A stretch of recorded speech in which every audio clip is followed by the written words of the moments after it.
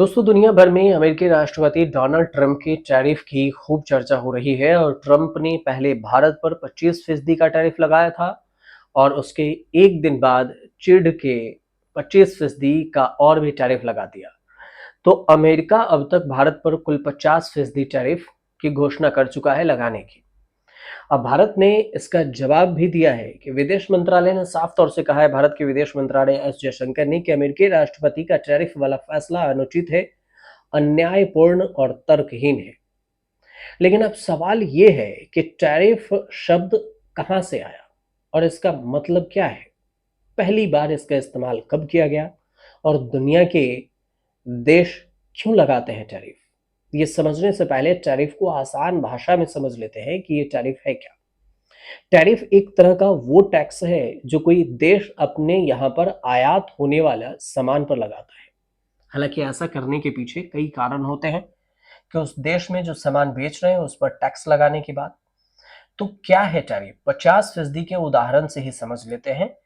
Tariff को America के उदाहरण से अगर समझ सकते हैं तो समझिए कि अमेरिका ने भारत पर टैरिफ लगाया, तो इसका मतलब है कि अमेरिका के बाजार में जो भी भारतीय चीजें मिलेंगी वो ज्यादा महंगी हो जाएंगी।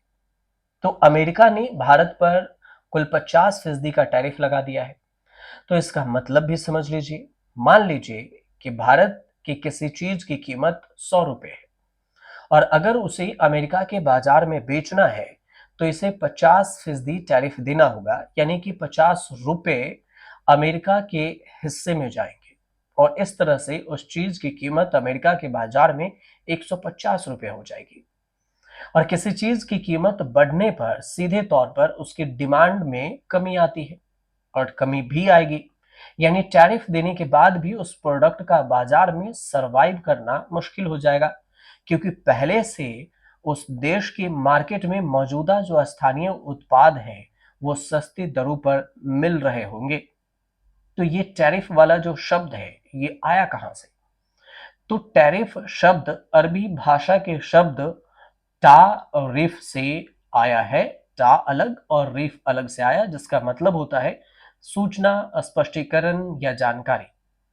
साउथ चाइना मॉर्निंग पोस्ट की एक रिपोर्ट ये बताती है कि सबसे पहली बार इस शब्द का इस्तेमाल 1338 के एक सिली सिली दस्तावेज में किया गया था। अब इसे सिसिली दस्तावेज में और लगभग 1345 के आसपास में एक वेनिस व्यापारी गाइड में भी इसका जिक्र मिलता है। अंग्रेजी में इसका सबसे पहला डॉक्यूमेंटेशन विलियम गैरार्ड की 1551 की सैन्य पुस्तक द आर्ट ऑफ वार में मिलता है, जहां पर टैरिफ का मतलब सैनिकों को व्यवस्थित करने के लिए इस्तेमाल की जाने वाली संख्या की जानकारी से है। धीरे धीरे ये जो शब्द है चर्चा में आने लगा।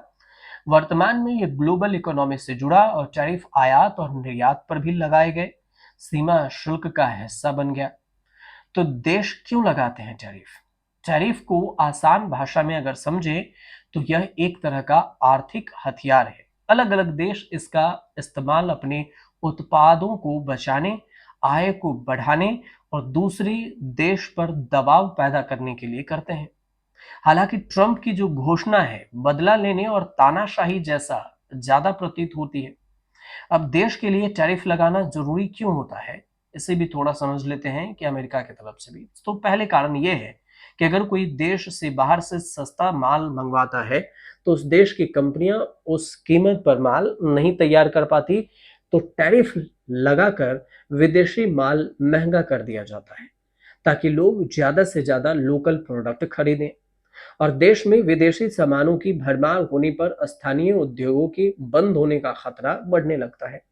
नतीजा ये होती है कि नौकरी पर संकट पैदा होने लगता है। टैरिफ के जरिए सरकार अपने उद्योगों के साथ देश के युवाओं की नौकरी भी सुरक्षित करती है।